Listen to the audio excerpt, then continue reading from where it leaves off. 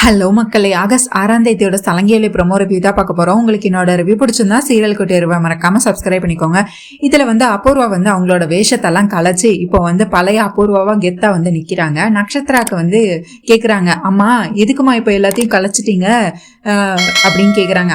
அபூர்வாவோ, அதான் அந்த பூமி தான் பிளட் சாம்பிள் எடுக்கிறேன்னு அவ்வளவுதான் ஏமாத்தியாச்சே, எவ்வளவு நாள் தான் கொச கொசன்னு அப்படி போட்டுட்டு இருக்கிறது, மூச்சு காத்து கூட விட முடியாம, இனிமேல் எந்த பிரச்சனையும் இல்லை அப்படின்னு சொல்லி எனக்கு இப்படி இருக்கிறது எனக்கு பிடிச்சிருக்கு, அந்த பூமியை தான் நான் இப்ப ஏமாத்திட்டேனே அப்படின்னு சொல்லி சந்தோஷமா இருக்கிறாங்க நம்ம அபூர்வா.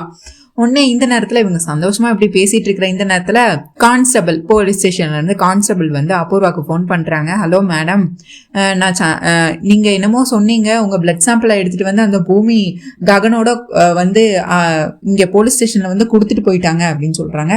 ஏய், என்ன சொல்ற நீ, என்ன சொல்றேன்னு எனக்கு புரியல. ஆமா மேடம், உங்க பிளட் சாம்பிள் தான் சொன்னாங்க, அபூர்வாவோட பிளட் சாம்பிள் தான் சொன்னாங்க. அந்த பூமியும் ககனும் 2 பேரும் சேர்ந்து இங்க போலீஸ்ல எஸ்ஐ கிட்ட கொடுத்துட்டாங்க. அவரும் ஃபாரன்சிக் டிபார்ட்மெண்ட்டுக்கு அனுப்புறேன்னு சொல்லிட்டு இருக்காரு மேடம். இது உங்களுக்கு தகவல் தெரியுமா தெரியாதான்னு எனக்கு தெரியல, இதை சொல்லலாம் தான் நான் இப்போ உங்களுக்கு ஃபோன் பண்ணேன் அப்படின்னு சொல்றாங்க. ஏய், என்ன சொல்ற நீ அப்படின்னு சொல்லி பதட்டம் அடைகிறாங்க. கட் பண்ண அடுத்த செகண்டே பார்த்தா அது எப்படி நடக்க வாய்ப்பு இருக்கும்? என் பிளட் சாம்பிள் தான் நான் தான் மாத்தி வச்சுட்டேனே, அவளைதான் பூமியை தான் அன்னைக்கு தடுத்து எடுத்துட்டு வந்தாச்சு, அப்புறம் எப்படி என் பிளட் சாம்பிளை கொடுத்துருக்க முடியும், அதுக்கு வாய்ப்பே இல்லையே அப்படின்னு சொல்லி இவங்க பதட்டம் அடைகிறாங்க. நட்சத்திரம் கேக்குறாங்க, என்னம்மா ஆச்சு, எதுக்கு இப்ப பதட்டமா இருக்கீங்க, என்னமாச்சு சொல்லுங்க. ஏய், இப்ப எது உண்மைன்னு எனக்கு தெரியலேன்னு அப்புறம் குழப்பமாறாங்க. இப்போ பூமி எடுத்துட்டு பூமி கொண்டு போய் கொடுத்த பிளட் சாம்பிள்ஸ் உண்மையா, இல்ல என்கிட்ட இருக்க பிளட் சாம்பிள்ஸ் உண்மையா, எது உண்மை, என்ன நடந்துச்சுன்னே தெரியலேன்னு குழப்பமடைகிறாங்க நம்ம பூர்வா. ஒண்ணு இப்போ நான் உடனே பூமிக்கு ஃபோன் பண்ணு சொல்லிட்டு உடனே பூமிக்கு ஃபோன் பண்றாங்க. அங்க பார்த்தா கெத்தா பூமி வாசல்ல அப்பதான் வீட்டுக்குள்ள வராங்க. வந்தோடனே, ஏய் பூமி, என்னடி நடக்குது இங்க, எங்க நீ போயிட்டு வர, எப்படி நீ அங்க போலீஸ் ஸ்டேஷன்ல போய் பிளட் சாம்பிள்ஸ் கொடுக்க முடியும், என்னடி நடந்தது, எது உண்மை எது போய் எனக்கு இப்ப சொல்லியா தீரு அப்படின்னு சொல்லி கேட்டுட்டு இருக்கிறாங்க. வாவ் சித்தி, நீங்க ரொம்ப பெரிய ஆளுதான், பரவாயில்லையே, வீட்டுல இருந்துட்டே போலீஸ் ஸ்டேஷன்ல நான் போய் குடுத்துட்டு வந்த விஷயம் வரை எல்லாம் தெரிஞ்சிருக்குன்னா நீங்க ரொம்பவே பெரிய ஆளுதான், அந்த அளவுக்கு உங்களுக்கு பவர் இருக்கு என்ன சித்தி அப்படின்னு சொல்லி ஃபன் பண்ணிட்டு இருக்கிறாங்க. ஏய், நான் இப்போ தேவையில்லாம நீ பைத்திய மாதிரி உளறிட்டு இருக்காத, போலீஸ் ஸ்டேஷன்ல நீ போய் என்ன கொடுத்த, என்ன நடந்துச்சு, எனக்கு உண்மையை சொல்ல போறியா இல்லையா அப்படின்னு அப்புறம் கேள்வியா கேட்டுட்டு இருக்கிறாங்க. ஐயோ சித்தி, நீங்க இப்படி ஏதாவது பண்ணுவீங்கன்னு எனக்கு தெரியாதா அப்படின்னு சொல்லிட்டு பிளாஷ்பேக்கு போறாங்க.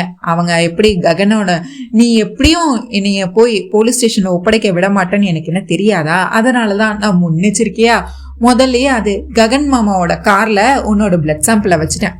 இப்ப டைரக்டா நானும் ககன் மாமாவும் போய் பிளட் சாம்பிள போலீஸ் ஸ்டேஷன்ல கொடுத்தாச்சு. இந்நேரத்துக்கு ஃபாரன்சிக் டிபார்ட்மெண்ட்டுக்கு அவங்க அனுப்பியிருப்பாங்க. எதுக்கும் இன்னும் 2-3 நாள் போலீஸ் ஸ்டேஷன்ல இருந்து உன்னை அரெஸ்ட் பண்ணிட்டு போங்க, இதுக்கும் நீ கொஞ்சம் தயாரா இரு அப்படின்னு சொல்லி பேசிட்டு இருக்கிறாங்க.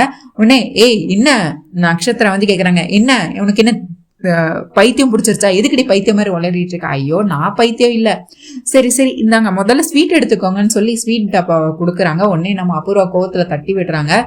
என்ன சித்தி, ஹைதராபாத்லயே ரொம்ப ஃபேமஸான ராஜ்மன் கடையில போய் வாங்கிட்டு வந்தேன் உங்களுக்காக, ஸ்வீட்னாலே அங்கதான் ரொம்பவே ஃபேமஸ், அதை போய் இப்படி தட்டி விட்டுட்டீங்களே, அங்க பிரேக்ஃபாஸ்ட் கூட அங்க எல்லாமே ரொம்பவே நல்லா இருக்கும்னு நான் கேள்விப்பட்டிருக்கேன் அப்படின்னு சொல்லிட்டு இருக்கிறாங்க.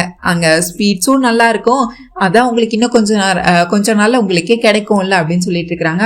அங்க பிரேக்ஃபாஸ்ட் கூட நல்லா தான் இருக்கும், சாப்பாடும் நல்லா தான் இருக்கும், சென்ட்ரல் ஜெயில் கூட அங்கதான் பக்கத்துல இருக்குன்னு நான் கேள்விப்பட்டேன் அப்படின்னு சொல்லிட்டு இருக்கிறாங்க. உடனே நட்சத்திரா, ஏய் எதுக்குடி பைத்திய மாதிரி வளரிட்டு இருக்க, நான் பைத்திய மாதிரி வளரல, உங்க அம்மாவோட நெக்ஸ்ட் டெஸ்டினேஷன் எது, சென்ட்ரல் ஜெயில் தானே, அங்க இது மாதிரி விதவிதமான ஸ்வீட்ஸ் பிரேக்ஃபாஸ்ட் எல்லாமே சூப்பரா இருக்கும்ல, அதைத்தான் நான் சொல்லிக்கிட்டு இருக்கேன் அப்படின்னு சொல்லிட்டு நம்ம பூமி கெத்தா போயிட்டு இருக்கிறாங்க. நம்ம அபூர்வாக்கோ, இந்த பூமி யார் மேல கை வைக்கணும்னு தெரியாம கை வச்சிட்டால, இந்த அபூர்வானா யார் நம்மளுக்கு காட்டுறேன் அப்படின்னு சொல்லி இவங்க வழக்கம் போல பேசிட்டு இருக்கிறாங்க. நட்சத்திராக்கு பயமாயிருச்சு. அம்மா, உங்களை போலீஸ் ஸ்டேஷன்ல புடிச்சிட்டு போயிடுவாங்களாமா, என்னமா பண்றது, ஐயோ அம்மா, எனக்கு அந்த பூமி சொல்றதெல்லாம் கேட்டாலே பயமா இருக்கேம்மா, இப்ப என்னமா பண்றது, ஒருவேளை அந்த டிஎன்ஏ மேட்ச் ஆயிருமாமான்னு சொல்லி நட்சத்திரம் ஒரு பக்கம் பயந்து செத்துட்டு இருக்கிறாங்க. நம்ம பூமியும் அடுத்த இதுவா நம்ம பூரணியை போய் சந்திக்கிறாங்க வீட்டில். நம்ம பூரணி வீட்டில் உட்காந்து புக்கு படிச்சுட்டு இருக்கிறாங்க. நம்ம பூமி போய் பூரி அப்படின்னு சொல்றாங்க, அம்மா நீ இங்கேயும் வந்துட்டியா, உனக்கு ஒரு வேலையே இல்லையா, எங்க குடும்பத்தை சந்தோஷமா இருக்க விடவே மாட்டியா, எப்ப பார்த்தாலும் வந்து பிரச்சனை பண்றதுக்கு தான் உன் வேலையா அப்படின்னு சொல்லி எந்திரிச்சு வீட்டுக்குள்ள போக பாக்குறாங்க. உடனே பூரி ஒரு நிமிஷம் இரு, நான் உன்கிட்ட கொஞ்சம் பேசணும். நீ இதுக்கு மேல என்ன பேச போற? ஆமா, நீ சொல்றதெல்லாம் நம்பி கேட்டு இதுக்கு அடுத்து எங்க வாழ்க்கையை நாங்களே பழகிக்கணும்னு நினைக்கிறியா? இதுக்கு மேல உன்னால எங்க குடும்பம் என்னென்ன அவமானத்தெல்லாம் வந்து அவமானத்தெல்லாம் அனுபவிக்கணும்னு நீ நினைக்கிற அப்படின்னு சொல்லி நம்ம பூரியோ நம்ம பூமியை வந்து வார்த்தையால சாகடிக்கிறாங்க. பூரி, நான் சொல்றத ஒரு நிமிஷம் கேளு, இதுக்கு மேல நீ சொல்றத என்ன கேட்கணும் அப்படின்னு சொல்லி அவங்களும் வந்து பூரிக்கு புரிய வைக்க நிறைய வாட்டி பேச ட்ரை பண்றாங்க. ஆனா நம்ம பூரியோ வந்து அதை கேட்கறவே இல்லை. இப்ப என்ன, நீ கரெக்டு தாரா தப்புன்னு சொல்ல வரியா அப்படின்னு கேக்குறாங்க. ஐயோ பூரி, நான் கரெக்டு இல்ல யாரும் தப்புன்னு நான் அங்கே சொல்ல வரல, நான் இப்போ உன் அண்ணனை பத்தி தான் பேச வந்திருக்கேன் அப்படின்னு சொல்லுவாங்க. என் அண்ணன் இந்த நிலைமைக்கு ஆனதுக்கே நீ தானடி காரணம்னு நம்ம பூர்ணி வந்து பூமியை பத்தி சொல்ல, இல்ல உங்க அண்ணன் இப்போ கஷ்டப்படுறதுக்கு காரணம் நீ தான் பூரி அப்படின்னு சொல்றாங்க. இது நான் காரணமா? என்ன பைத்திய மாதிரி வளரிட்டு இருக்க? சில சூழ்நிலைகள் வந்து சரியா இல்லை. இப்போ வந்து நானே உன் இடத்துல இருந்தாலும் வந்து நான் அப்படிதான் வந்து முடிவு எடுத்திருப்பேன். உனக்கு என் மேல கோவம் வருது, உனக்கு என் மேல வெறுப்பு வருது, எல்லாமே நியாயமானதுதான், நான் எதையுமே தப்பா சொல்லல.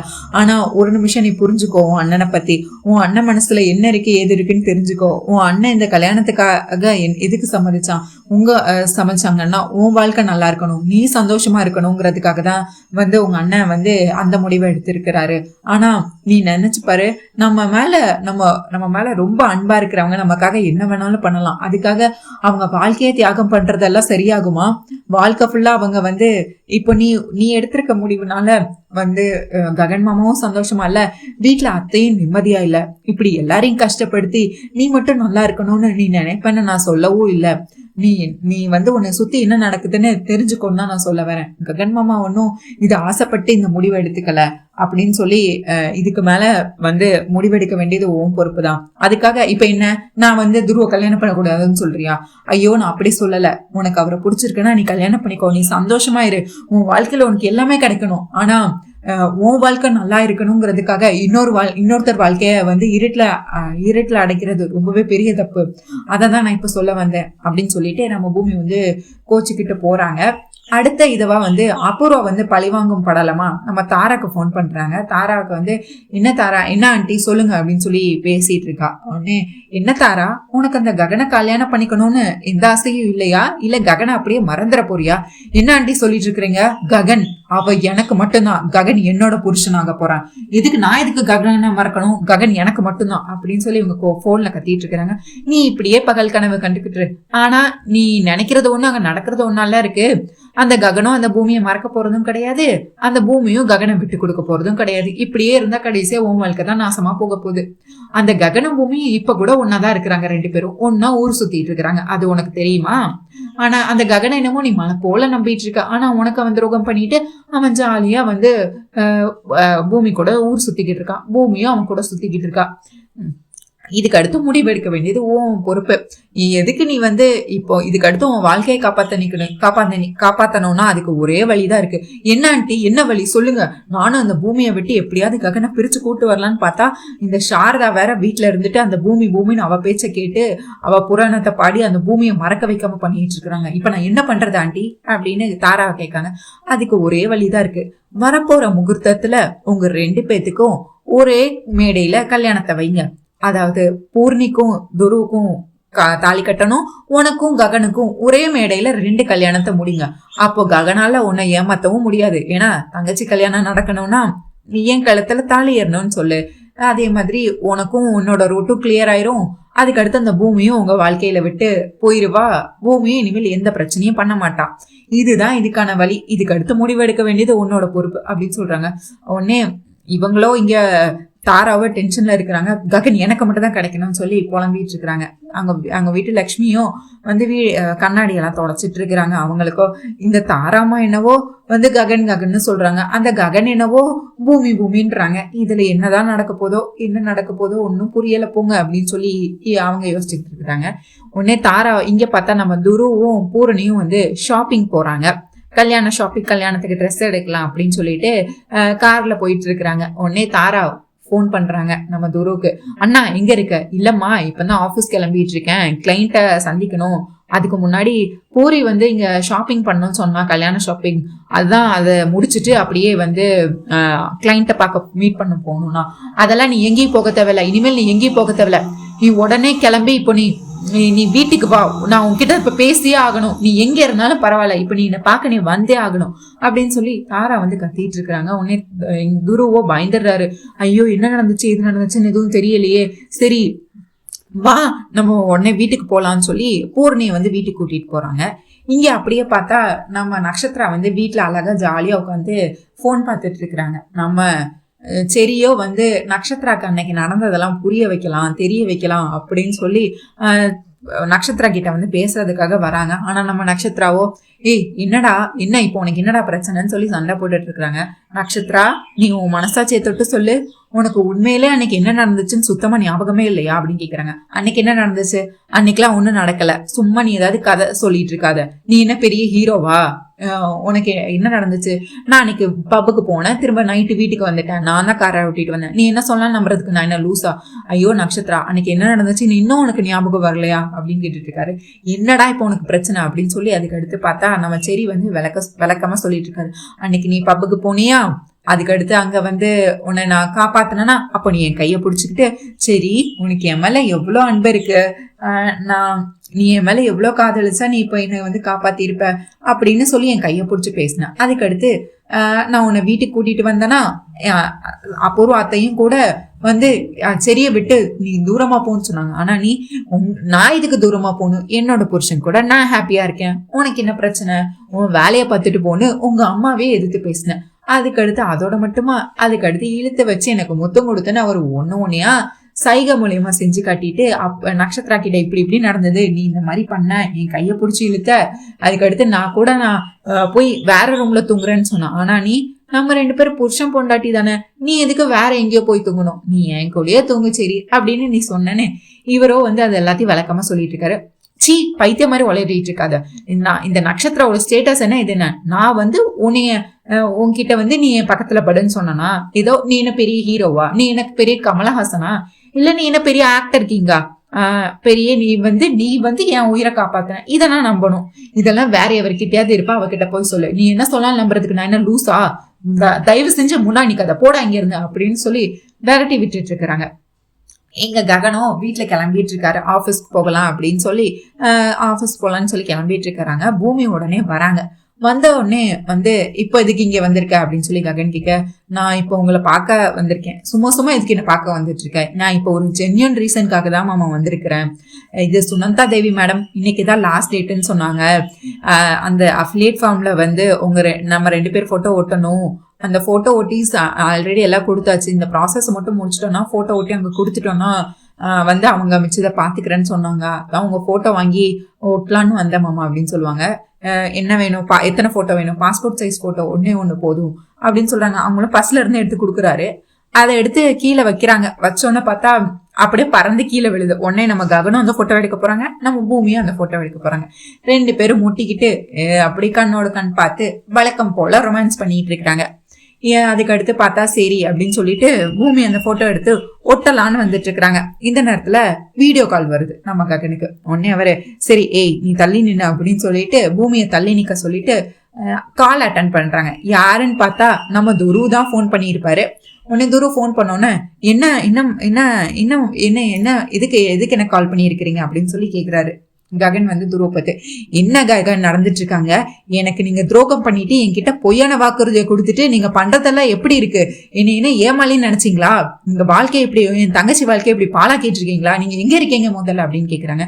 இப்ப என்ன நடந்துச்சு, இப்ப எதுக்கு நீங்க இவ்வளவு கோவமா இருக்கிறீங்க அப்படின்னோன்னா அடுத்த தாரா போன வாங்கி என்ன ககன் என்ன நடந்துட்டு இருக்காங்க, இப்ப நீ பூமியோட தானே இருக்க அப்படின்னு கேக்குறாங்க. ஏய் தாரா நான் பூமியோடலாம் இல்ல, நான் என் வீட்டுல ஆபீஸ் கிளம்பிட்டு இருக்கேன் இங்க பாரு அப்படின்னு சொல்லி அவர் வீடியோ கால் பேசுறதுக்காக போனை தள்ளி கொண்டு போயிட்டு இருக்காரு. பூமின்னு சத்தம் கேட்டோன்னே நம்ம பூமி என்ன சும்மா இருப்பாங்களா, உடனே இவங்க போய் ககன் முன்னாடி போய் நின்னுட்டு போனை புடிங்க, ஆமா இப்ப என் கூட தான் இருக்காரு, இப்ப என்ன பிரச்சனை உங்களுக்கு, என்ன பிரச்சனை உங்களுக்கு, என் மாமா கூட தான் நான் இருக்கேன், என்ன வேணும் உங்களுக்கு அப்படின்னு சொல்லி பூமி வந்து கத்திட்டு இருக்காங்க. பூமி நீ என்ன பண்ணிட்டு இருக்கன்னு ககன் பூமியை திட்டுறாரு. அதுக்கு அடுத்து துரு அங்க இருந்து திட்டுறாரு. நம்ம பூரணி துரு போனை வாங்கி, அண்ணா என்ன நடந்துட்டு இருக்காங்க, என்னன்னா என்கிட்ட இப்படி சொல்லிட்டு நீ என்ன பண்ணிட்டு இருக்க, நீ இதெல்லாம் தெரிஞ்சுதான் பண்றியா இல்ல தெரியாம பண்றியா அப்படின்னு. அடுத்து தாரா இதுதான் இதுன்னு புடிச்சுக்கிறாங்க, இதுதான் சமயம்னு புடிச்சுக்கிட்டு, நான் சொன்னேன்லன்னா இவன் எனக்கு துரோகம் தான் பண்றாங்க, நீ இப்ப வச்சு புரிஞ்சுதா, இதுக்கப்புறம் நான் எதுக்கு நான் உயிரோட இருக்கணும், நான் என்னோட புருஷன் நினைச்சு மனப்பூர்வமா வாழ ஆரம்பிச்சிட்டேன், ககன் இல்லாத வாழ்க்கை என்னால நினைச்சு கூட பார்க்க முடியாது, நான் இதுக்கடுத்து எதுக்கோட உயிரோட இருக்கணும், எனக்கு இவ்வளவு பெரிய துரோகத்தை பண்ணிட்டு அவங்க சந்தோஷமா தான் இருக்காங்க, என்னால ககன் இல்லாத வாழ்க்கை என்னால நினைச்சு கூட பார்க்க முடியாது அப்படின்னு நினைச்சிட்டு நேரா போய் பெட்ரோல் எடுத்து ஃபுல்லா தலையில ஃபுல்லா ஊத்திக்கிறாங்க நம்ம தாரா. மேலையும் கீழையும் ஊத்திட்டு அதுக்கடுத்து நம்ம துரு பார்த்துட்டு சும்மா இருப்பாரா, தான் தங்கச்சிக்கு இந்த மாதிரி ஒரு கொடுமை நடந்ததுன்னு அவர் எப்படி சும்மா இருப்பாரு, என் தங்கச்சி வாழ்க்கையே நாசமா போயிடுச்சு, இதுக்கடுத்து நான் உயிரோட வாழ்ந்து என்ன பண்ண போறேன், நான் இருந்து என்ன பண்ண போறேன்னு சொல்லிட்டு அவரும் பெட்ரோல் எடுத்து தாரா கையில இருந்து அந்த பெட்ரோலை வாங்கி துருவும் ஊத்திக்கிறாரு. துருவும் ஊத்துறோம்னா நம்ம ககன் வந்து பயப்படுறாரு. தாராவே முதல்ல நிப்பாட்டி தாரா, வேணாம் தாரா, சொல்றதை கேளு தாரா தாரான்னு சொல்லிட்டு இருக்காங்க. இங்க துரு அடுத்து நான் மட்டும் எதுக்கு உயிரோட வாழணும், என் தங்கச்சி வாழ்க்கையில சந்தோஷம் இல்லைங்கிறப்போ எனக்கு மட்டும் எந்த சந்தோஷம் இருக்கு அப்படின்னு சொல்லி அவரும் பெட்ரோல் ஊத்திக்கிறாரு. உடனே அண்ணா ஏதாச்சும் செய்யண்ணா, என்னன்னா பண்ணிக்கிட்டு இருக்கேன்னு இவங்க வீடியோ கால்ல நம்ம பூரி வந்து கத்திட்டு இருக்கிறாங்க. இப்ப நான் என்ன பண்ணணும், பிளீஸ் துரு எதுவும் பண்ணிக்காதீங்க அந்த மாதிரி. அவர் தீப்பெட்டி எடுத்து கொளுத்திக்கலான்னு போறாரு. இந்த நேரத்துல பிளீஸ் நீங்க என்ன சொன்னாலும் நான் செய்யறேன், நீங்க என்ன சொன்னாலும் நான் செய்யறேன் சொல்லி ககன் வந்து இங்க கத்திட்டு இருக்கிறாரு. உடனே நம்ம தாராவோ, அப்படியா, நான் என்ன சொன்னாலும் நீ செய்வியா அப்படின்னு கேக்குறாங்க. ஆமா உண்மையாதான், நீ என்ன சொன்னாலும் நான் செய்யறேன், இப்ப என்ன செய்யணும் அதை மட்டும் சொல்லு நீ எனக்கு அப்படின்னு சொல்றாங்க. உடனே இவங்களோ, சரி எனக்கு இப்போ நீ அடுத்து வர 2வது முகூர்த்தத்துல எனக்கு கல்யாணம் நடக்கணும், ஒரே மேடையில 2 பேத்துக்கும் கல்யாணம் நடக்கணும், பூர்ணிக்கும் துருவுக்கும் கல்யாணம் நடக்கணும், உனக்கும் எங்களுக்கும் கல்யாணம் நடக்கணும், இது வந்து இன்னைக்கு அதுக்கு முகூர்த்த நாள் குறிக்கிறதுக்கு இன்னைக்கு நீ என் வீட்டுக்கு வரணும் அப்படின்னு சொல்றாங்க. நீ எனக்கு சத்தியம் பண்ணி கொடுன்னு சொல்றாங்க ககன் கிட்ட. உடனே சரி நான் பண்றேன், என்ன எனக்கு பேச்சுவார்த்தை எல்லாம் கிடையாது, சத்தியமா நீ எனக்கு பண்ணி கொடுக்குறேன்னு சொல்லு, இன்னைக்கே வந்து முகூர்த்த நாள் குறிக்கிறதுக்கு நீ வந்து சம்மதம்னு சொல்லு, அதுவும் என் வீட்டுல வச்சுதான் குறிக்கணும் அப்படின்னு சொல்றாங்க. உடனே சரி நான் பண்றேன், என்ன கல்யாணம் பண்ணிக்கிற சம்மதம்னு சொல்லுங்க அப்படின்னு அவங்க பெட்ரோல் ஊத்திக்கிட்டு வந்து இது பண்ணனால நம்ம ககனம் வந்து மனசு மாறல. அவருக்கு அந்த நேரத்துல என்ன பண்றது, தாரா துரு இவங்க எல்லாம் காப்பாத்தணுங்கிறதுக்காக இவர் வந்து சரி நான் கல்யாணம் பண்ணிக்கிறேன், கல்யாண நாள் குறிக்கிறேன் அப்படின்னு சொல்றாங்க. ஆனா இது எல்லாமே யாரு முன்னாடி சொல்லிட்டு இருக்கிறாங்க, நம்ம பூமி முன்னாடி சொல்லிட்டு இருக்கிறாங்க. பூமிக்கு இதெல்லாம் கேட்டோம்னா அப்படியே நெஞ்சு வலியே வந்த மாதிரி ஆயிருக்கு. உடனே போனை கட் பண்ணிடுறாங்க. கட் பண்ணோன்னே, மாமா இப்ப நீங்க என்ன சொன்னீங்க அப்படின்னு கேக்குறாங்க. நீ தான் பாக்குறல்ல, அவங்க ஏதாவது பண்ணிக்கிட்டா துருக்கு மட்டும் ஏதாவது ஆயிடுச்சுன்னா அதுக்கடுத்து பூர்ணி வந்து லைஃப்ல அவ கஷ்டப்படுவா, பூர்ணி கஷ்டப்படுறத என்னால பார்க்க முடியாது, பூர்ணிக்கு ஏதாவதுன்னா என்னால தாங்கிக்க முடியாது அப்படின்னு சொல்றாங்க.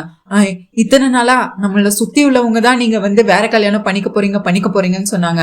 ஆனா இப்ப நீங்களே என் கண்ணு முன்னாடி இன்னொருத்தரை கல்யாணம் பண்றேன்னு சொல்லி அதுக்காக நாள் குறிக்கிற அளவுக்கு வந்துட்டீங்க. பூரணி பாவம் அப்படின்னு சொல்றாங்க. தாரா அவ அதாவது தீ வச்சுட்டானா என்ன பண்றது, எல்லாரையும் பத்தி யோசிக்கிறீங்களா, பூர்ணியை பத்தி யோசிக்கிறீங்க, தாராவை பத்தி யோசிக்கிறீங்க. அப்போ நீங்க இந்த கல்யாணத்துக்கு சம்மதம் சொல்லி இந்த கல்யாணம் பண்ணிக்கிட்டா நான் என்ன ஆவன்னு யோசிங்களா மாமா, என் நிலைமையை பத்தி யோசிங்களா, நீங்க ஒருத்தங்க தான் என்னோட உலகம், நீங்க ஒருத்தங்க மட்டும்தான் என்னோட வாழ்க்கைன்னு நான் வாழ்ந்துட்டு இருக்கேன், எல்லார பத்தி யோசிக்கிறீங்க அப்ப நான் அப்படின்னு சொல்லி பூமி வந்து கேக்குறாங்க. அதுக்கு அவர்கிட்ட ககன் கிட்ட பதிலே இல்ல, அமைதியாகிறாரு, எதுவுமே சொல்லல.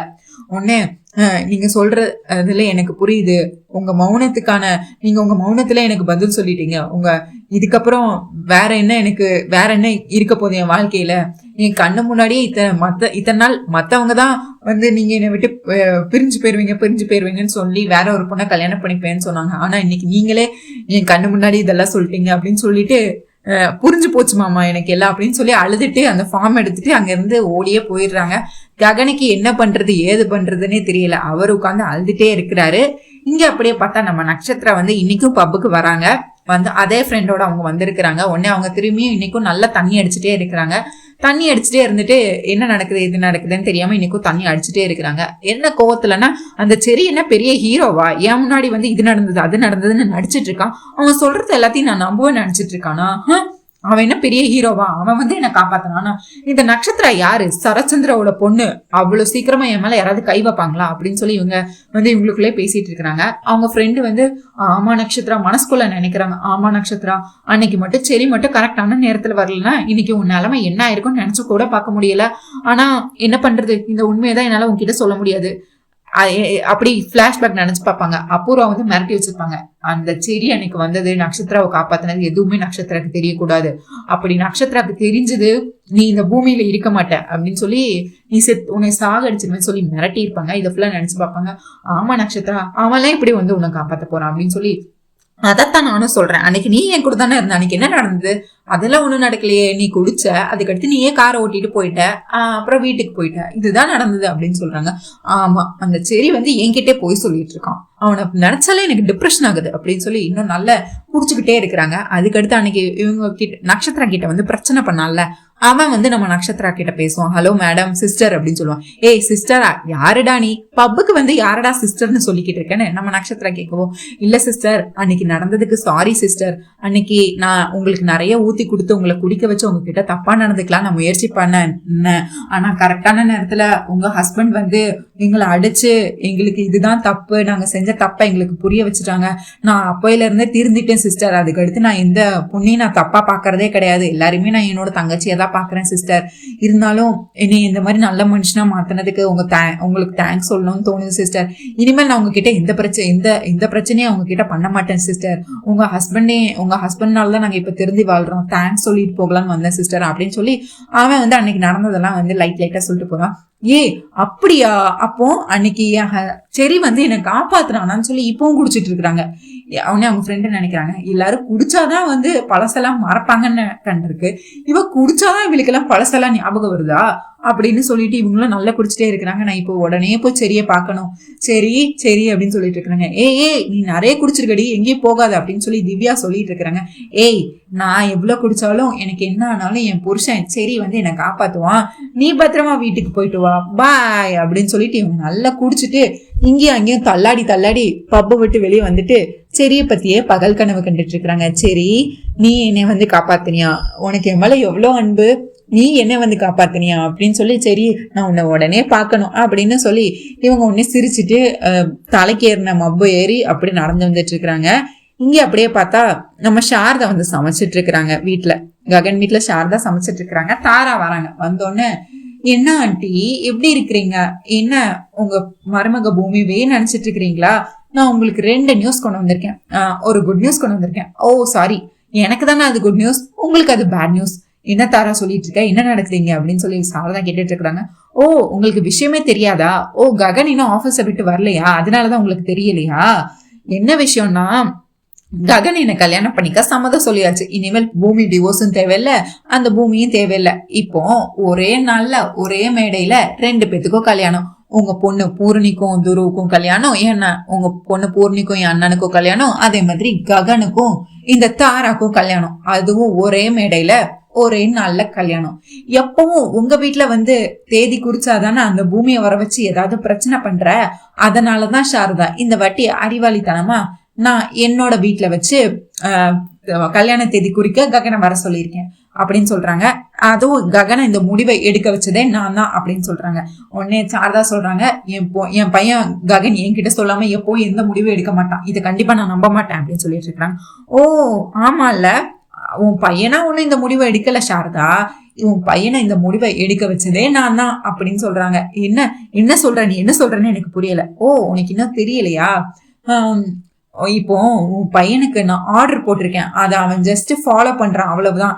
இதுக்கு அடுத்து யார் நினைச்சாலும் இந்த தாராவை தோக்கடிக்க முடியாது. இப்போ இன்னும் அடுத்த 2வது முகூர்த்தத்துல என் கழுத்துல தாலி ஏறிடும், அதுக்கடுத்து நான் தான் இந்த வீட்டு மருமகளா வருவேன். நான் இந்த வீட்டு மருமகளா வந்து அடுத்த நொடியே நீ நினைச்சுக்கோ, நீ இந்த வீட்டுல இன்னும் கொஞ்ச நாள் தான் இருக்க போற, அதை நினைச்சு சந்தோஷப்பட்டுக்கோ. நான் இந்த வீட்டுல எப்ப மருமகளா அடி எடுத்து வைக்கிறோனோ அப்ப நீ இந்த வீட்டை விட்டு போய்கிட்டே இருக்கணும், எங்கேயாச்சும் போயிடணும்னா உன்னை இனிமேல் இந்த வாழ்க்கையிலே பார்க்க கூடாது. நீ எப்பவும் அந்த ககன் கூட இருந்துட்டு பூமி பூமி பூமின்னு பூமியை பத்தியே பேசி பூமி நினைவை இது பண்ணிட்டு இருக்க. இப்படியே போயிட்டு இருந்தா அடுத்து என் வாழ்க்கை என்ன ஆகுறது? அதனாலதான் நான் இன்னைக்கு ஒரு பெரிய முடிவெடுத்து எப்படியோ கல்யாணத்துக்கு தேதியும் குறிச்சாச்சு.